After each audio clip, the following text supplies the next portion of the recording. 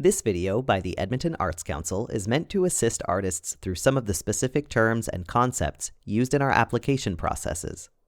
We ask all applicants to supply resumes or CVs, curriculum vitae, in their artist profiles, and these are then included in the materials seen by assessors. A resume is simply a document that creates clear categories that itemize your professional work. An artistic resume will often exclude experiences you may have had in other fields or describe them in less detail.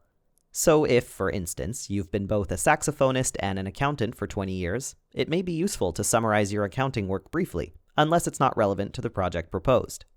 A resume may include contact information and a summary or overall artistic statement, but this information is captured elsewhere and is not required for the Edmonton Arts Council. It is often useful to break out your experience into categories, such as skills, artistic projects, employment, or education and training. Don't worry if not every category fits with your work.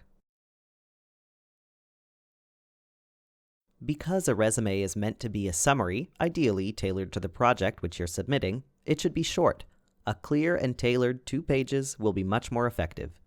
You don't have to include experience that you think is not relevant to the project at hand, but it may be useful to summarize your unrelated work in order to establish your credibility overall. You may not see 15 years of work as a cellist as relevant to your new filmmaking career, but others might. A curriculum vitae, literally course of life, is a full rundown of your artistic experiences. It generally includes all post-secondary training, mentorships, and residencies, as well as information about awards and grants received.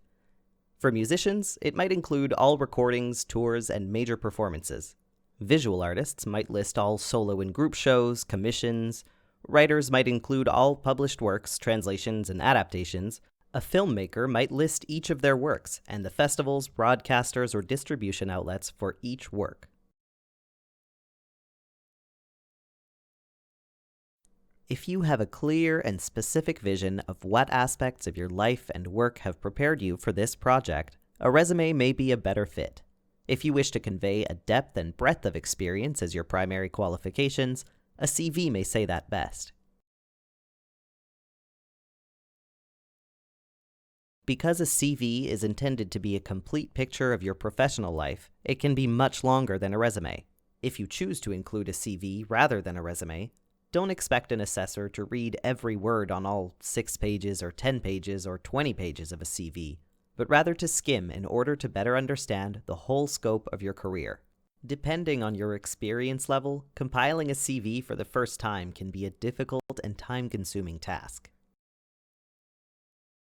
If you have any questions about this or other aspects of our grants program, email us at grants@edmontonarts.ca.